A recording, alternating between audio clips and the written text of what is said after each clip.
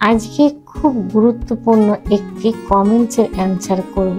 ভক্ত আমাকে কমেন্টস করছেন, কামরস আসার পরে বইয়ের লজ্জা স্থানে জিহ্বা দেওয়া যাবে কিনা জানাবেন।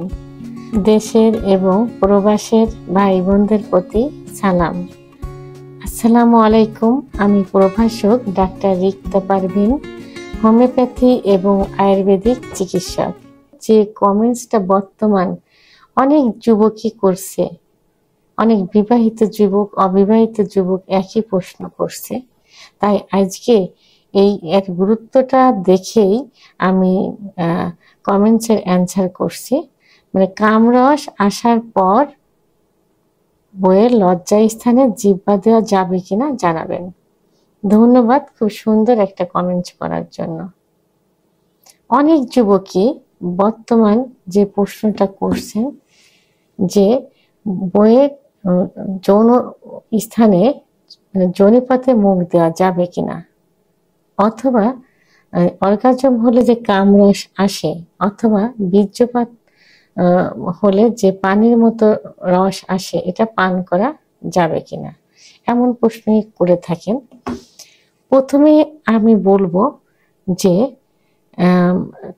বইয়ের ওরাল সেক্স, এটাকে কিন্তু ওরাল সেক্স বলে, যে বইয়ের উত্তেজনা, স্ত্রীর উত্তেজনা হলে বা কামরস আসলে অথবা যোনিপথে মুখ দিয়ে কাম উত্তেজনা আনা কিন্তু ইসলামের দৃষ্টিতে সম্পূর্ণ নিষিদ্ধ। ইসলাম কখনো এটা মেনে নেয় না, অর্থাৎ হারাম কাজ এটা। তাই সর্বোচ্চ কি করা যায়? সর্বোচ্চ যৌন মিলনের সময় যখন ফোরপ্লে করা হয়, তখন স্ত্রীর যোনির উপরে খুব আলতোভাবে একটা চুম্বন দেওয়া যেতে পারে। তারপর সেটা কিভাবে, সেই জায়গাটা অবশ্যই সুন্দর করে পরিষ্কার পরিচ্ছন্ন করতে হবে, গরম পানি দিয়ে পরিষ্কার করতে হবে। সাধারণত পরিষ্কার পরিচ্ছন্ন অবস্থায় সহবাস যাওয়ার নিয়ম, কারণ ওখানে বিভিন্ন প্রকারের জীবাণু থাকে। যদি ওই ব্যক্তি জীবাণু দ্বারা আক্রান্ত থাকে, তাহলে পরিষ্কার পরিচ্ছন্ন করার পর যৌন মিলনে গেলে সেখানে একটা চুম্বন দেওয়া যেতে পারে। এটা ইসলামে কিন্তু দেওয়া আছে।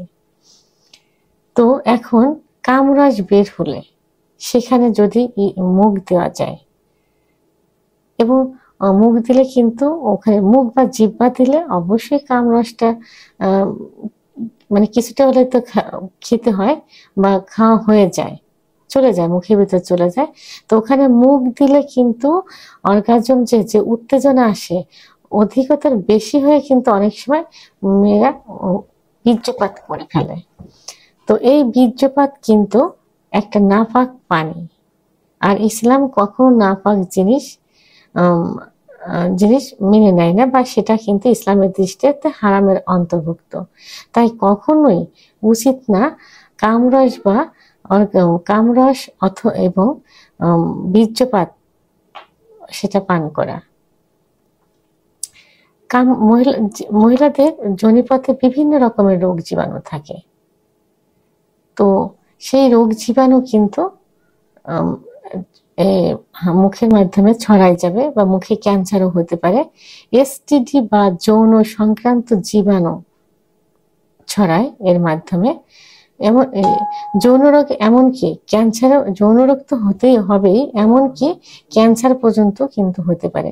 পাশ্চাত্য দেশগুলোতে এরকম আছে যে অধিকাংশ তারা মুখ দিয়ে অর্গাজম করতে, মুখ দিয়ে বীর্যপাত ঘটাতে স্বাচ্ছন্দ্য বোধ করে, এবং তারা কিন্তু ক্যান্সারেও অধিকাংশই ভুগে থাকে এই কারণেই।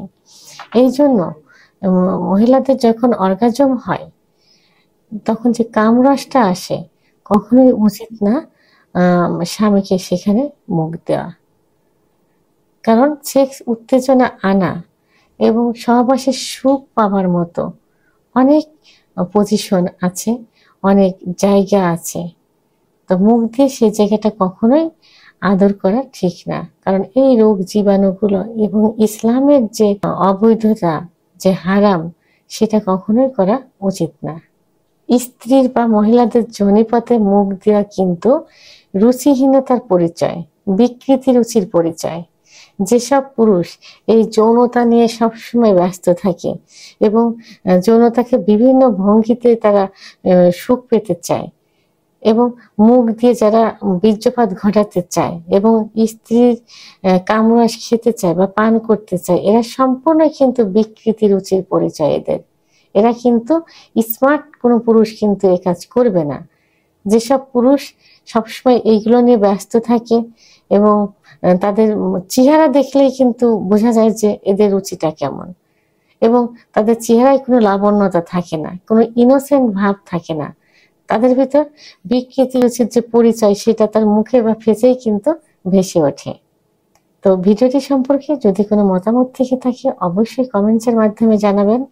আর ভিডিওটি ভালো লাগলে লাইক, কমেন্ট, সাবস্ক্রাইব করে আমার সঙ্গে থাকুন। আল্লাহ হাফেজ।